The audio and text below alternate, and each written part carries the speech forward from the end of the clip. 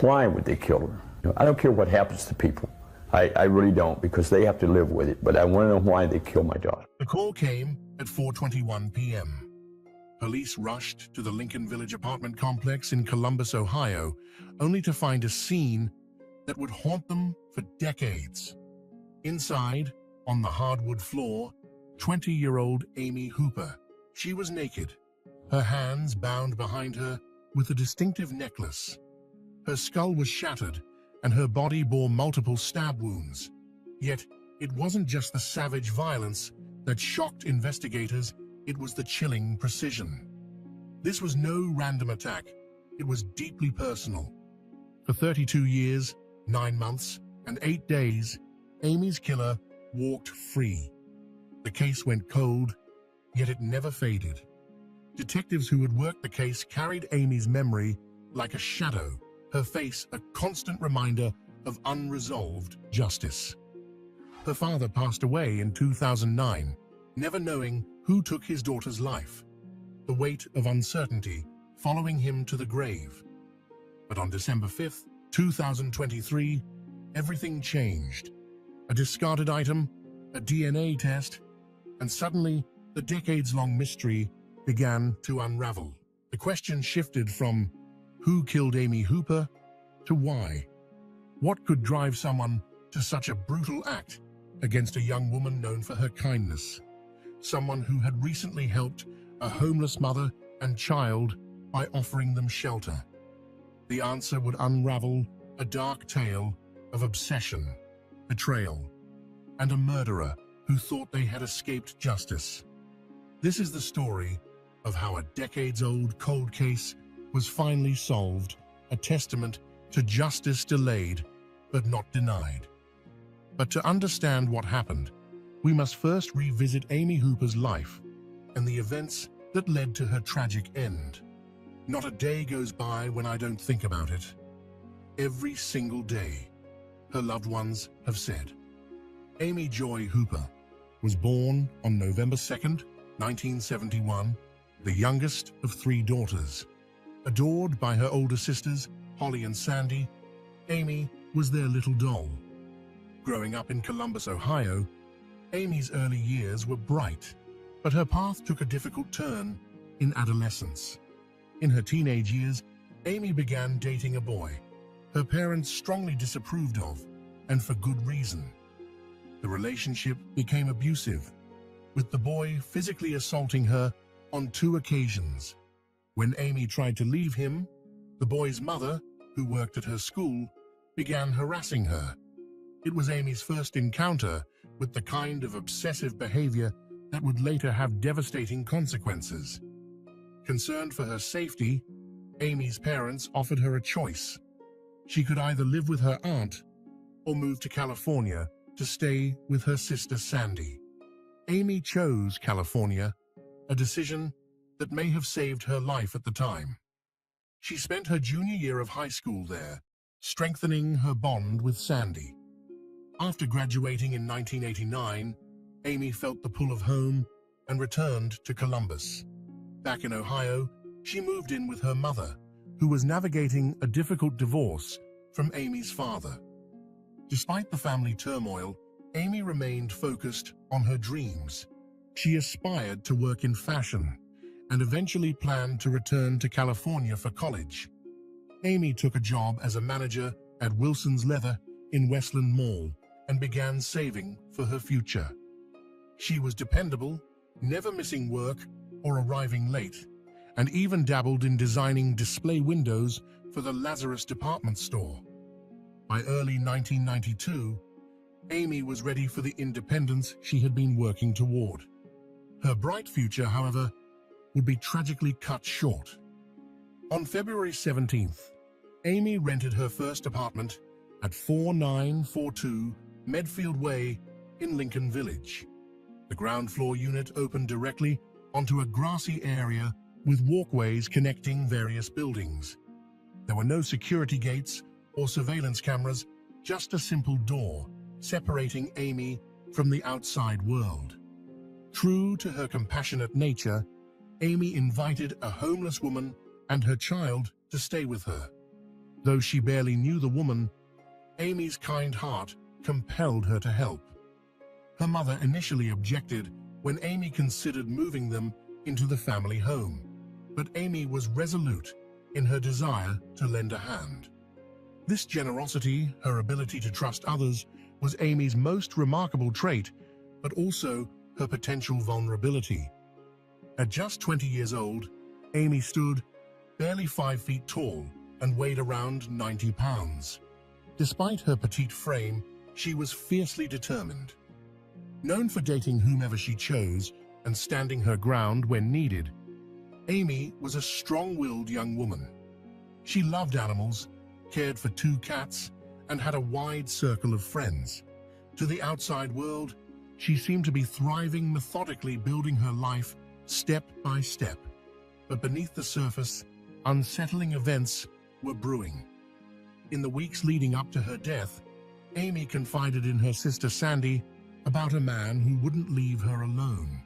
She also expressed concerns to her mother about suspicious activities at work. These seemingly unrelated details would soon form the pieces of a tragic puzzle, one that culminated in her brutal murder. Monday, March 9th, 1992, began like any other day. Amy had just returned from a weekend visit with a boyfriend in Bowling Green, a trip she hadn't mentioned to her mother.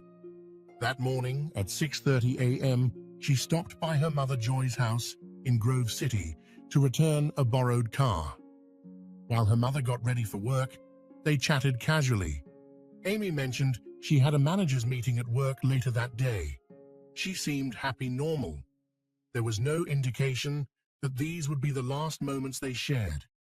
After leaving her mother's house with her sister Holly's car, Amy presumably drove straight to her apartment. What happened next would become the subject of an exhaustive investigation. Police believe Amy took a shower after arriving home, a detail that would later help narrow the timeline. Her makeup and hairbrushes were carefully laid out, her hairdryer plugged in, and her electric blanket still warm. By 1 p.m., alarm bells began ringing. Amy's friends and co-workers started calling one another, concerned about her absence from the manager's meeting, a behavior entirely out of character for someone who hadn't missed work in 6 months. Holly, who was supposed to meet Amy during lunch to retrieve her car, called the apartment repeatedly, but got no answer. Growing increasingly worried, Holly contacted their father, Hollis. Together, they drove to Amy's apartment, where they found her car still parked outside. Using a spare key, Holly retrieved the vehicle, assuming there had been a mix-up. Still, she couldn't shake the gnawing feeling that something was wrong. By 3:30 p.m., the situation became dire. Amy's workplace, unable to reach her, contacted her mother, Joy, at the school where she taught. As Amy's emergency contact, they wanted to know why she hadn't shown up for her shift. The unsettling reality was beginning to take shape. Joy immediately contacted Holly, who recounted her unsuccessful attempts to reach Amy throughout the day. A mother's instinct kicked in. Joy knew something was terribly wrong. She asked Holly to meet her at Amy's apartment and called Hollis to join them. Upon arriving, they found the door locked. With growing unease, they went to the superintendent's office to request access to Amy's apartment. Around 4 p.m., Hollis and the superintendent entered the unit, while Joy and Holly waited outside, a decision that spared them from witnessing the nightmare within. Inside, they discovered a scene that would spark a decades-long hunt for a killer. On the hardwood floor of an upstairs room lay Amy's lifeless body. She was naked, her hands loosely tied behind her back with a distinctive medallion necklace. Her skull had been fractured with what investigators described as a sharp, heavy object. The violence didn't end there. Amy had been stabbed multiple times in the neck and chest. with investigators later estimating 13 or 14 stab wounds in total. At 4:21 p.m., a 911 call was placed. Despite first responders arriving swiftly, it was evident Amy had been dead for hours. The Franklin County Sheriff's Department quickly sealed off the scene, launching an investigation that would stretch over 3 decades before finally achieving a breakthrough no one anticipated. As investigators combed through the scene, several details stood out. Despite the ferocity of the attack, there were no signs of forced entry. The door and windows were intact. This suggested that Amy either knew her killer or willingly let them in. The only indication of a struggle was a phone cord ripped from the wall, a chilling detail that hinted at Amy's desperate final moments. Deputy Sheriff Chris Floyd, the first officer to arrive, observed something unsettling about Amy's positioning. She was displayed, he later noted. It wasn't as if she fell that way. My first thought was, this was meant to make a statement. The deliberate arrangement of her body suggested the murder wasn't just an act of violence, it was intended as a message. The murder weapons added more layers to the mystery. The knife used to inflict the stab wounds was recovered at the scene, but the object used to fracture Amy's skull, a sharp, heavy implement, was never found, despite extensive searches of nearby alleys and dumpsters. This crucial piece of evidence remained missing. One of the most puzzling elements was the medallion used to bind Amy's hands. Initial media reports fixated on its distinctive design, a wooden and leather piece painted with red, yellow, and green colors, heart-shaped and attached to a black wooden circle. Speculation arose that the medallion might carry a deeper meaning, potentially linked to Amy's dating preferences. However, this theory was debunked when Amy's sister Sandy revealed she had purchased the medallion for Amy at a reggae festival in San Diego. What initially seemed like a critical clue turned out to be a mere object of convenience that the killer had found in Amy's apartment. The timing of Amy's murder posed yet another mystery. Investigators confirmed she was alive at 6:30 a.m. when she visited her mother and determined she had taken a shower after returning home. The medical examiner placed her time of death several hours before her body was discovered at 4 p.m., suggesting the killer struck during a narrow window that morning. However, the investigation was about to take a darker turn. In the weeks following Amy's murder, several women on Columbus's west side reported receiving disturbing phone calls. The male caller ominously stated, "Remember Amy Hooper? You're going to end up just like that." These chilling calls indicated that either the killer remained active in the area or someone was exploiting Amy's tragic death to instill fear. The evidence painted a picture of a crime driven by deep-seated rage. The post-mortem stab wounds, the deliberate positioning of her body, and the sheer brutality of the attack pointed to someone who harbored intense anger toward Amy. Detective Clark, who spent years working on the case, stated unequivocally, "Whoever did this to Amy was filled with rage. This individual is extremely dangerous." Adding to the frustration was the presence of significant DNA evidence at the scene. Investigators found DNA that didn't belong to Amy, which they were confident came from her killer. Over the years, this DNA cleared several suspects, including Amy's ex-boyfriends and other persons of interest. Yet for decades, it failed to produce a match in any database. The ferocity of the attack suggested a personal connection, but the lack of forced entry and the precise timing hinted at someone who might have been watching Amy's movements. Was this a crime of passion by someone she knew?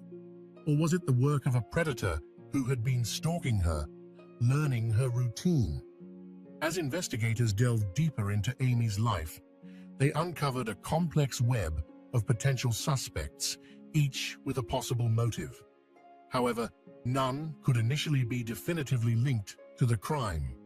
The first obvious suspect was Amy's abusive high school boyfriend. His violent behavior had driven Amy to temporarily move to California to escape him. His obsession with her and his alleged attempt to follow her to California after their breakup placed him high on investigators' list. However, DNA testing eventually cleared him, forcing investigators to look elsewhere. Another potential suspect was Amy's more recent boyfriend, a Bowling Green State University football player she had visited the weekend before her murder. The diamond ring on Amy's hand had been a gift from him during that visit. However, his alibi was solid. He was in class over 2 hours away when the murder occurred. Each lead brought investigators closer to understanding the crime, but the killer's identity remained elusive, leaving Amy's family and the community desperate for answers. When the murder occurred, Amy's recent boyfriend, like her previous one, was cleared through DNA testing. However, a troubling lead emerged from her workplace. In the weeks leading up to her death, Amy confided in her mother about suspicious activity at the leather store where she worked. She had discovered that some colleagues were either stealing or planning to steal from the store and had pressured her for cooperation or silence. Amy stood firm in her refusal to get involved, and coincidentally, a manager's meeting was scheduled for the day she was killed. Was this merely a coincidence, or had someone silenced her to protect their scheme? One of the most controversial suspects was someone whose identity was never publicly disclosed. Amy had complained to her sister Sandy about a young man who wouldn't leave her alone. His behavior went beyond mere persistence. Amy described it as harassment. When Sandy suggested filing a complaint, Amy's response was striking. She said she couldn't because he was connected, specifically the son of Columbus's police chief at the time. While the Franklin County Sheriff's Department, not the Columbus Police, managed the case, the political sensitivity of the lead posed significant challenges. To this day, questions linger about whether this angle was thoroughly pursued. Another lead involved Amy's roommate, whose sudden departure to Florida the night before the murder raised suspicions. Although she passed a polygraph test and was officially cleared, Amy's family remained skeptical.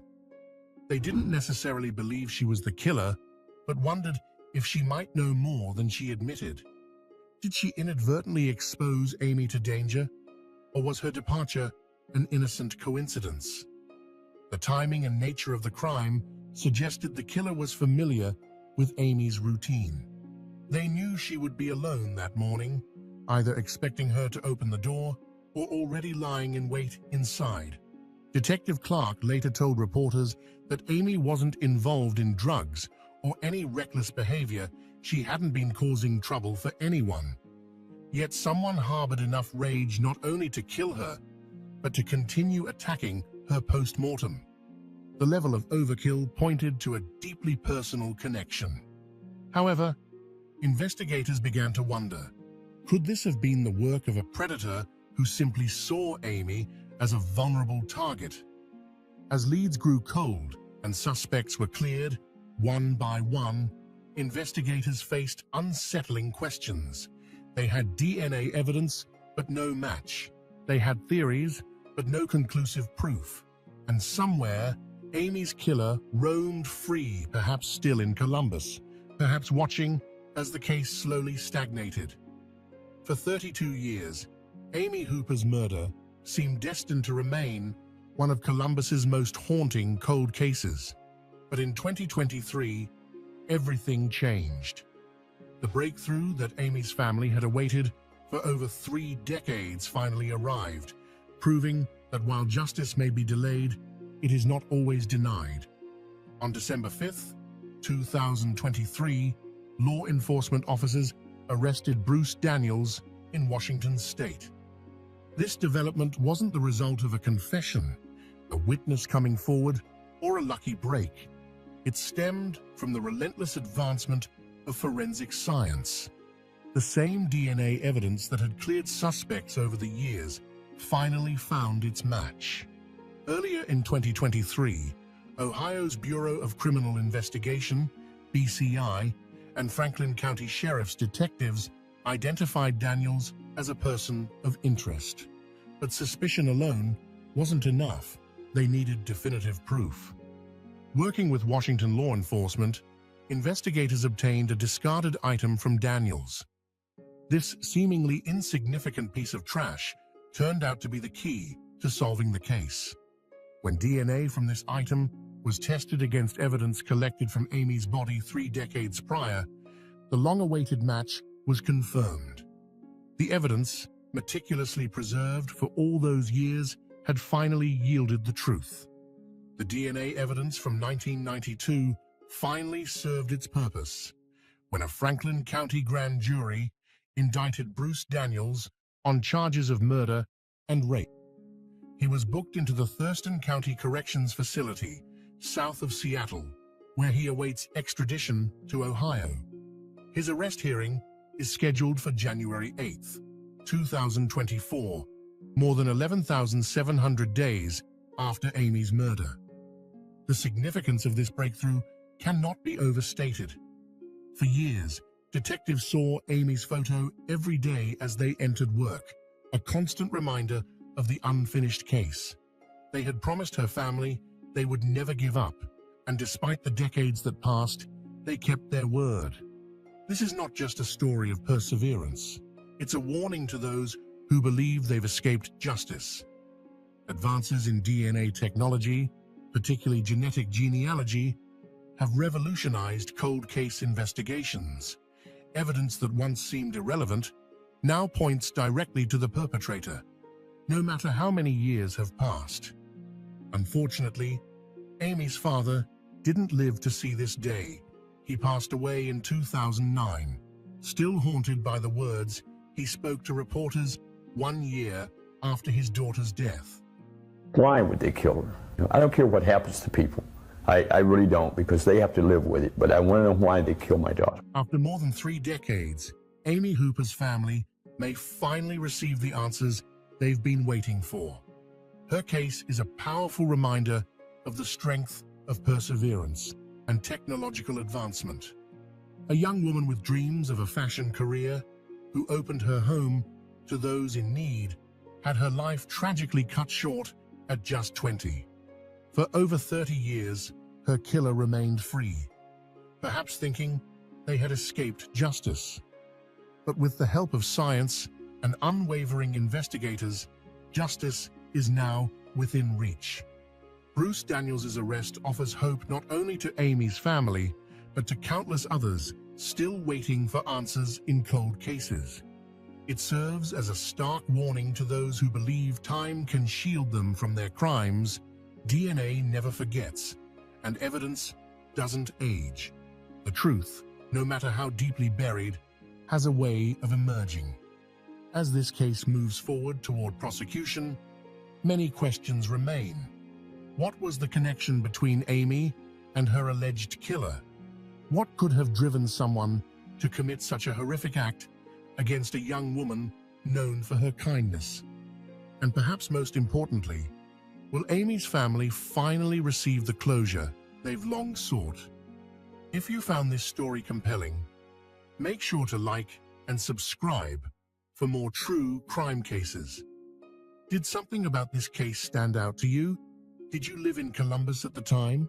Share your thoughts in the comments below. And remember, no case is ever truly cold as long as someone is willing to remember.